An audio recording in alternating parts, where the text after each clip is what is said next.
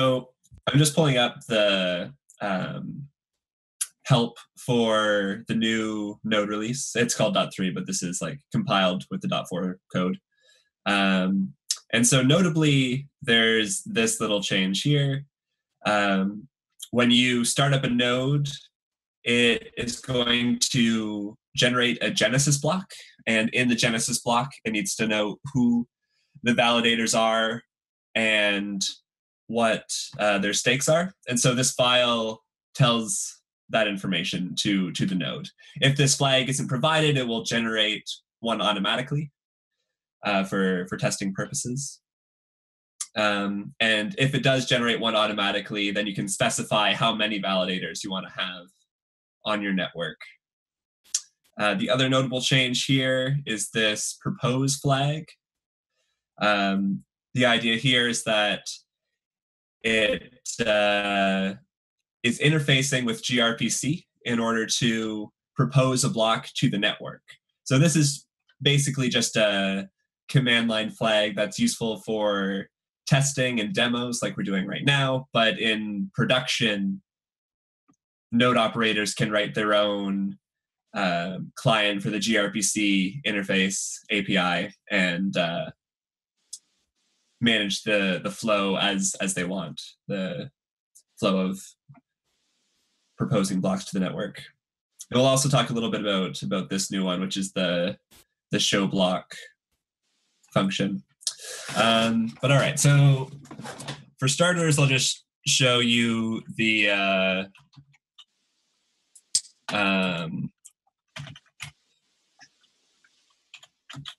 bonds file. So the bond file is straightforward. You have public keys and staked amounts. And when you generate one, it automatically just sets the stakes from 1 to the number of validators. But of course, you can edit this file to make it whatever you want, or you could have provided your own from the start. But this is the file that we'll be using for the demo today. And I've generated a copy of this file for each of the different instances of the node that I'm running, which, as Mena pointed out, each need their own data directory because they each need their own certificate. So I've also got that set up as well. All right, so we're going to do this test using Docker. So I'm just going to paste in a couple Docker commands for us. So we're going to set up a little network for them to work with, and then we're going to boot up our first node. And so you can see here that I'm specifying the bonds file. And note that in Docker, you have to mount the right folder to the right place to make that work. So it just takes a minute to boot up.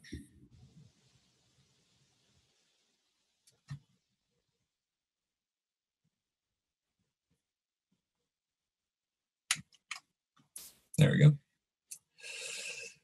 Okay, so now we've got our first node, and we'll give it some peers as well. So these peers are set up to connect to the node that we just started.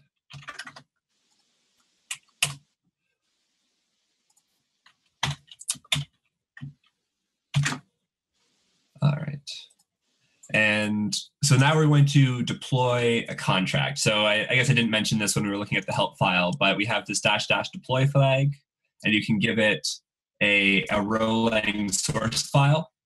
And that source file will be passed to the node and be processed using the interpreter and prepared to be deployed to the network. But it doesn't actually make a block until you use the -- propose flag. So you have to deploy as many contracts as you want, and then at some point you propose a block to tell everyone else about what was deployed. So we'll go ahead and run that. And again, this is just a simple interface on top of the gRPC API. So again, in production, node operators can make this workflow however they like as well.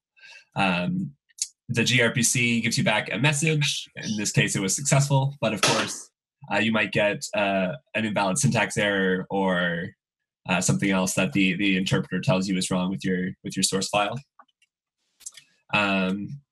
But if we look at that source file just to see what it is, it's just a simple contract that adds two numbers together. And so we'll see this contract appear on all of the nodes of our network, and actually each different node can make use of this contract at that point. So let's go ahead and propose our block. It's worth pointing out that because this is just a demo API, you have to explicitly give the secret key of the validator that you're using to sign the message, because it does check for signatures. And these are also generated automatically if you don't provide a bonds file. And of course, in production, you would want to protect your secret key, but that's why it's, again, through a gRPC API. And so node operators can set it up to be in whatever security model they want. So we go ahead and do this. And it'll think for a moment. All right. So let's see what happened. So here's our different Docker images. So node 0 is the one that actually did the deploy. So let's take a look at node 2 here.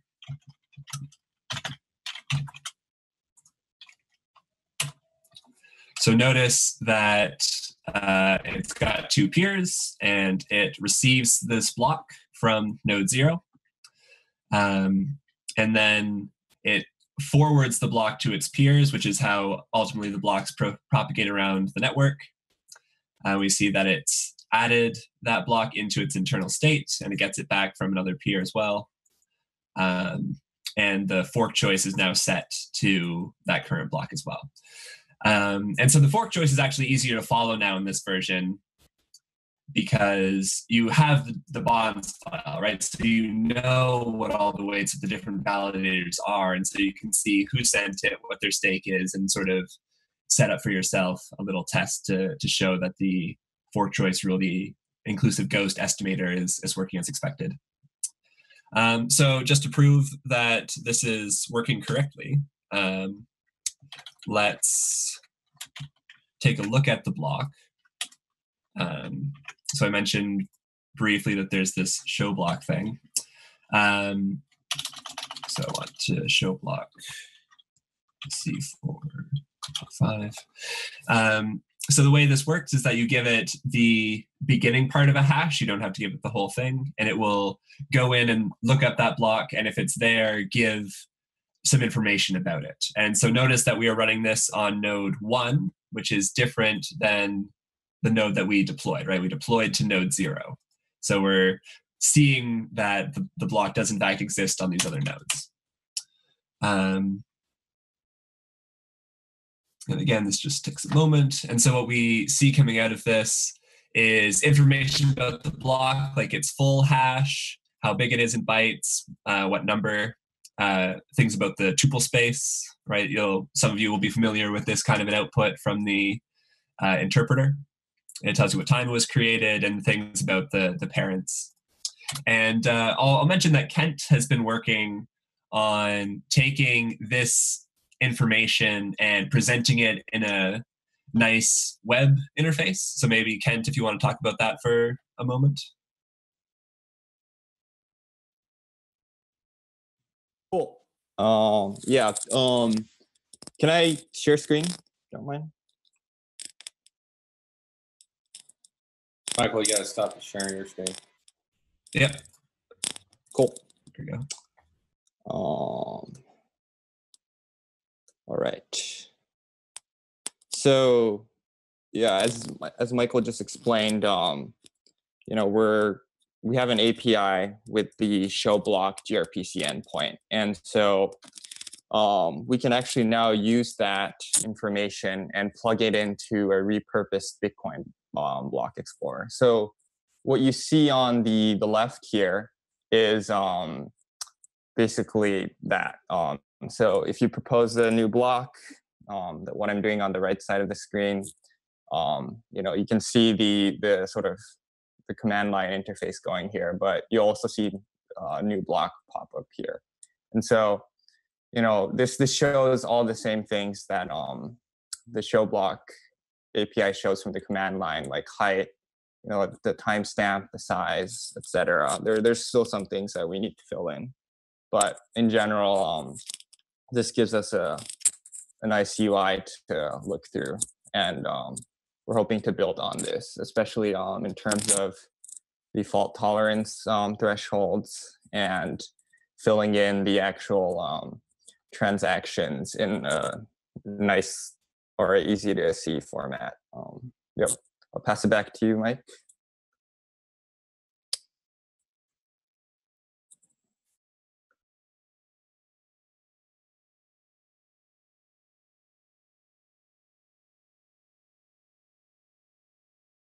Are you muted, Mike?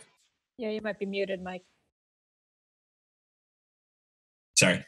Yeah, so I'm going to show one more thing here. So what we're going to do is add one more node into our network, our node 3. And so this node doesn't know at this point about the first block, right? Because it joined the network after the first block was sent around. But that's okay, because we, in this release, are now also implementing a way for nodes to ask each other for blocks that they're missing. So if we go ahead and set up another deploy and proposal, so here we're deploying, actually, well, yeah, whatever. We're deploying one of the, actually, sorry, I want to deploy a different contract. Well, I'll deploy both, might as well. Yeah, so that's one of the Rholang examples. But I also want to deploy the other contract, this test2.row. And test2.row makes use of the add contract that I showed you earlier. Right, so it just takes the numbers 5 and 7, it'll add them together and store the result in this cool result name. So if we go ahead and, so I deployed this on node 1, so I'm going to propose it on node 1.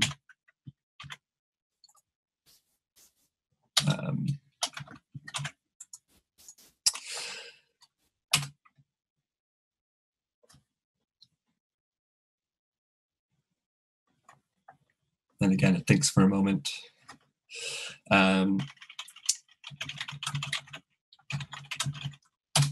So if we take a look at node 3, which was the new one that we just added.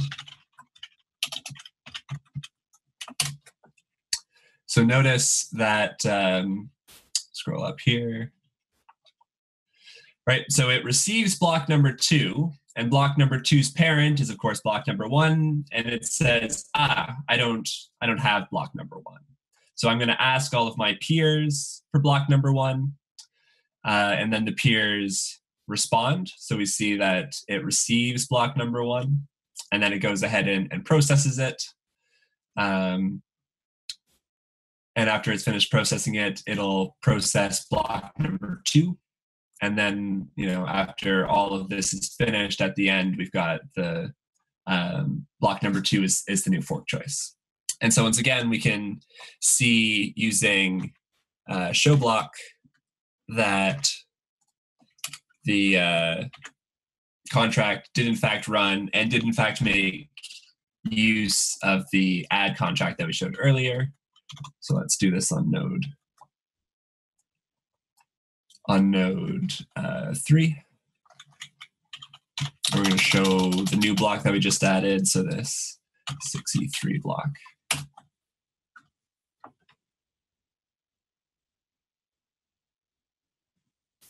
And there we see our cool result with 5 and 12 added, 5 and 7 added together to make 12 successfully written there. All right, so that's all I've got for my demo here. Does anyone have questions about this? We need some trumpets blaring and some fanfare. That was pretty awesome.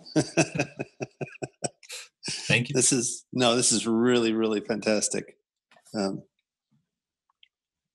hopefully other folks are appreciating exactly what's coming together here.